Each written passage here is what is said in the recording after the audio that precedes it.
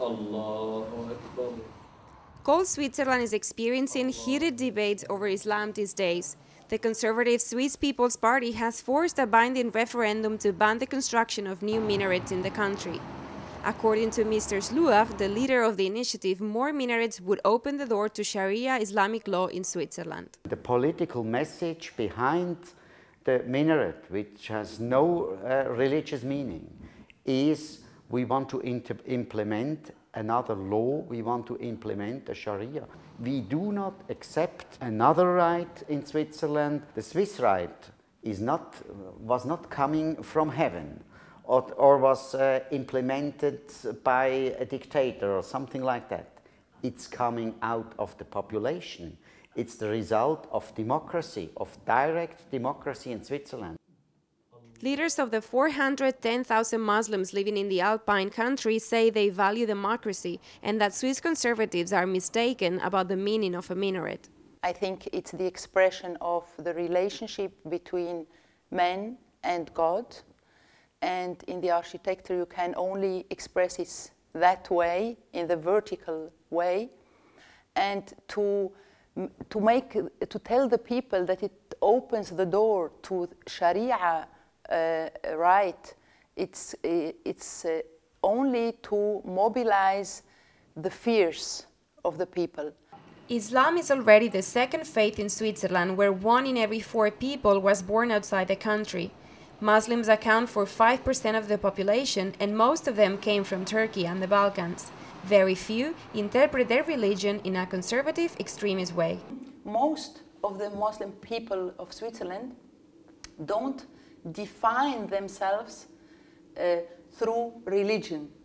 Religion is for them the same thing than for any Christian or Jewish citizen of that country.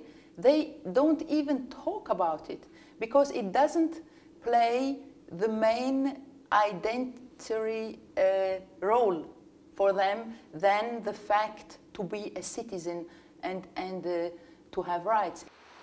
There are about 180 praying centers for Muslims in Switzerland, but only 4 have minarets. Yet, the emotions they have triggered are widespread and run deep. The Swiss Federal Commission Against Racism says the posters are discriminatory. It's nothing illegal on that poster, nothing offending on that poster. It's a poster which shows the reality, and it seems that a very lot of people understand this reality. I feel it's cheap. I find that it is not the decent way to deal with people of other religion and show respect to their religion. They are misusing religion for politics. When I saw that image, it made me think to the posters of the 30s you saw in Austria and in Germany. It is the same method, the same colors, the same very singular scripture, and the same offensive way to give a message. The Catholic Church of Lichtal, a town near Basel, recently unveiled an exhibition about the latest religious buildings in Switzerland.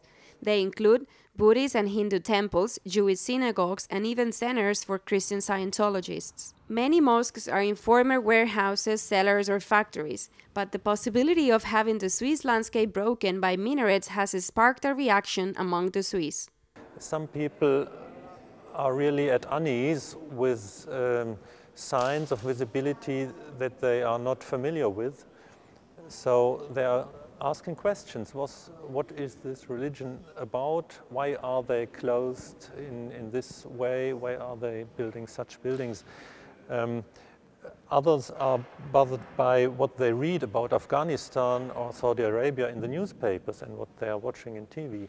In 2006, the United Nations released a report that stated that there is a dynamic of racism and xenophobia in the country due to resistance within Swiss society to the multiculturalization process. I would say that the fear from Islam and Muslims in the Western world is increasing, and this is also happening in Switzerland. We don't have to ignore that. We have to admit it and work on it with the various Swiss groups. I think the Swiss people are not, in a general way, very much different from peoples in other Western European countries. But the special thing in Switzerland is that they can vote on certain subjects that cannot be voted about in other countries. For Muslim Keller Mesali, their campaign is based on fear. And these people, they act very emotionally. So I think it's a lot of these people in the, who like the ideas of that party, because that party knows also how to talk to their feelings. Do you want your arm to be cut? Do you want your body to be stoned? Latest polls show that the initiative to ban minarets in Switzerland will fail and get just 30 to 40% of the votes, but it's unlikely to be the end of the debate.